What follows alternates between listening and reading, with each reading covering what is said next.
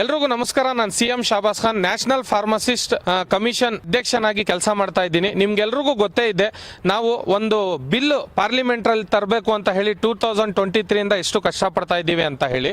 ಇವತ್ತು national pharmacy commission amendment bill 2023 ಎಲ್ಲ ನಿಮ್ಮ ಕಣ್ಣು ಮುಂದೆ ಇದೆ. ನೀವು ಗೂಗಲ್ ಮಾಡಿದ್ರೆ ನಿಮಗೆ ಸಿಗ್ತದೆ. ಫಾರ್ಮಸಿಗೆ ರಿಲೇಟೆಡ್ ಸಂಬಂಧಪಟ್ಟ ಆಗಿರೋ ಎಷ್ಟು ಕಾನೂನುಗಳು ಹೊಸದಾಗಿ ಇಂಟ್ರೊಡ್ಯೂಸ್ ಮಾಡಿದ್ದಾರೆ. ಅದ್ರ ಜೊತೆಗೆ ನಾವು ಯಾವುದೇ ರೀತಿಯ ಯಾವುದೇ ಫಾರ್ಮಸಿಸ್ಟು, ಅದು ರಿಜಿಸ್ಟರ್ಡ್ ಫಾರ್ಮಸಿಸ್ಟು ಎಲ್ಲಾದ್ರೂ ನಿಮ್ಮ ಗಮನಕ್ಕೆ ಬಂದ್ರೆ, ಎಲ್ಲೋ ಅವರು ಫಾರ್ಮಸಿಯಲ್ಲಿ ಅವೈಲೇಬಲ್ ಇರಲ್ಲ ಅಥವಾ ಫಾರ್ಮಸಿಸ್ಟು ತಮ್ಮ ಪರವಾನಗಿಯನ್ನು ಬೇರೆಯವ್ರಿಗೆ ಸೇಲ್ ಮಾಡಿಬಿಟ್ಟೋಗಿದ್ದಾರೆ ಅಂತ ಹೇಳಿ ಇಂಥ ಕೇಸಸ್ಗಳು ನಮ್ಮ ಮುಂದೆ ಬಂದಾಗ, ಇದಕ್ಕೆ ನಾವು ಪ್ರತಿಯೊಂದು ತಾಲೂಕು ಕೂಡ ಭೇಟಿ ಕೊಟ್ಟು ಆ ತಾಲೂಕಲ್ಲಿ ನಮ್ಮ ಯಾವುದೇ ರೀತಿಯ ನಾವು ವಿಸಿಟ್ ಮಾಡುವಂಥ ಫಾರ್ಮಸಿಯಲ್ಲಿ ಫಾರ್ಮಸಿಸ್ಟ್ ಅವೈಲೇಬಲ್ ಇಲ್ಲ ಅಂತ ಹೇಳಿದ್ರೆ, ಅಥವಾ ಅವ್ರ ಪರವಾನಗಿಯನ್ನು ಬೇರೆಯವ್ರಿಗೆ ಮಾರಿ ಹೊರಟೋಗಿದ್ದಾರೆ ಅಂತ ನಮ್ಮ ಗಮನಕ್ಕೆ ಬಂದ್ರೆ, ಈ ಸ್ಪಾಟ್ ಅಲ್ಲಿ ನಾವು ಫಾರ್ಮಾ ಕೌನ್ಸಿಲ್ ಆಫ್ ಇಂಡಿಯಾಗೆ ಮತ್ತೆ ಸ್ಟೇಟ್ ಫಾರ್ಮಸಿ ಕೌನ್ಸಿಲ್ಗೆ ಕಂಪ್ಲೇಂಟ್ ಅನ್ನು ರೈಸ್ ಮಾಡ್ತೀವಿ. ಅವರ ಲೈಸೆನ್ಸ್ ಅನ್ನು ಕ್ಯಾನ್ಸಲ್ ಮಾಡಿಸ್ತೀವಿ. ಆಮೇಲೆ ಡ್ರಗ್ ಕಂಟ್ರೋಲ್ ಡಿಪಾರ್ಟ್ಮೆಂಟ್ಗೆ ಇನ್ಫಾರ್ಮೇಶನ್ ಕೊಡ್ತೀವಿ. ಅದ್ರ ಪ್ರಕಾರ ಅವ್ರ ಲೈಸೆನ್ಸ್ಗಳು ರದ್ದಾಗುತ್ತೆ. ಈ ತರ ಆಗಕ್ಕೆ ಎಲ್ಲೂ ಕೂಡ ಕೊಡಬೇಡಿ. ಆಮೇಲೆ ಪ್ರತಿಯೊಂದು ತಾಲೂಕಲ್ಲಿ ಸಭೆಯನ್ನು ಕರೆಯೋ ಉದ್ದೇಶ ಏನಂತ ಹೇಳಿದ್ರೆ, ನಮ್ಮ ಫಾರ್ಮಾ ಡಿಪಾರ್ಟ್ಮೆಂಟ್ ಅಲ್ಲಿ ನಾವು ಇವತ್ತು ಫಾರ್ಮಾ ಡಿಪಾರ್ಟ್ಮೆಂಟ್ ಅನ್ನು ಉಳಿಸಬೇಕಾಗಿದೆ. ಯುವಕರ ಭವಿಷ್ಯವನ್ನು ಉಳಿಸಬೇಕಾಗಿದೆ. D pharma ಓದಿರುವಂತ ಭವಿಷ್ಯಗಳನ್ನು ಉಳಿಸಬೇಕಾಗಿದೆ. ಇದ್ರ ಜೊತೆಗೆ ಯಾರೂ ಕೂಡ ಫಾರ್ಮಸಿ ಆಕ್ಟ್ 1948 ಉಲ್ಲಂಘನೆಯನ್ನು ಮಾಡಬಾರ್ದು.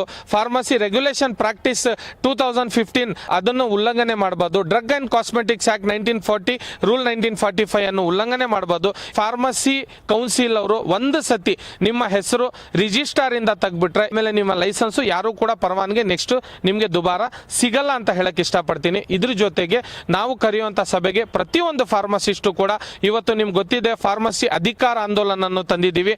ಅದಕ್ಕೆ ಇದನ್ನು ಗಮನಿಸಿ ಇವತ್ತು ನನಗೆ ನ್ಯಾಷನಲ್ ಫಾರ್ಮಸಿಸ್ಟ್ ಕಮಿಷನ್ ನನಗೆ ರಾಜ್ಯಾಧ್ಯಕ್ಷನಾಗಿ ನೇಮಕ ಮಾಡಿದ್ದಾರೆ. ನನ್ನ ಕರ್ತವ್ಯ, ನಾನು ಒಂದು ಪ್ರಾಮಾಣಿಕವಾಗಿ ಕೆಲಸ ಮಾಡಬೇಕು ಅಂತ ನಿಮ್ಮ ಜೊತೆ ಬಂದಿದ್ದೀನಿ. ನಾವೆಲ್ಲರೂ ಕೂಡ ಒಗ್ಗೂಟಿ ಆಗಿ ಒಂದಾಗಿ ಇವತ್ತು ಕೆಲಸ ಮಾಡ್ಕೊಂಡು ಹೋಗಬೇಕಾಗಿದೆ.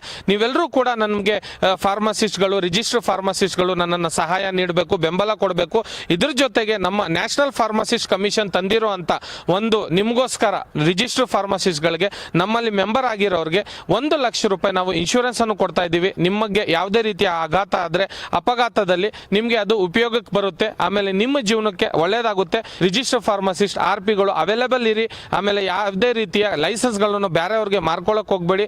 ಆಮೇಲೆ ನಾವು ಸಭೆ ಸಮಾರಂಭದಲ್ಲಿ ನೀವು ಕೂಡ ಭಾಗವಹಿಸಿ, ನೀವೆಲ್ಲರೂ ಕೂಡ. ಆಮೇಲೆ ನಿಮ್ಮ ಜೊತೆಗೆ ಮಾಧ್ಯಮದವ್ರಿಗೂ ಕೂಡ ನಾವು ಇನ್ವೈಟ್ ಮಾಡೋದಿಷ್ಟೇ, ಏನಂದ್ರೆ ನಿಮ್ಮ ಗಮನಕ್ಕೂ, ನಿಮ್ಮ ಮಾಧ್ಯಮಗಳ ಮುಖಾಂತರ ನಾನು ಕೇಳೋದು ಏನಂದ್ರೆ, ನಿಮ್ಮ ಗಮನದಲ್ಲಿ ಇರಲಿ, ಯಾರಾದ್ರೂ ಒಂದು ಫಾರ್ಮಸಿಯಲ್ಲಿ ರಿಜಿಸ್ಟರ್ ಫಾರ್ಮಸಿಸ್ಟ್ ಅವೈಲೇಬಲ್ ಇರಲ್ಲ ಅಥವಾ ಎಲ್ಲಾದ್ರೂ ಅವರು ತಮ್ಮ ಲೈಸೆನ್ಸ್ ಅನ್ನು ಬೇರೆಯವ್ರಿಗೆ ಮಾರಿ ಹೊರಟೋಗಿದ್ದಾರೆ ಅಂತ ನಿಮ್ ಗಮನಕ್ಕೆ ಬಂದ್ರೆ, ದಯವಿಟ್ಟು ನನಗೆ ತಿಳಿಸಿ. ನಾನು ಈ ಕಂಪ್ಲೇಂಟ್ ಅನ್ನು ರೈಸ್ ಮಾಡಿ ಫಾರ್ಮಸಿ ಕೌನ್ಸಿಲ್ಗೆ ಇನ್ಫಾರ್ಮ್ ಮಾಡ್ತೀನಿ.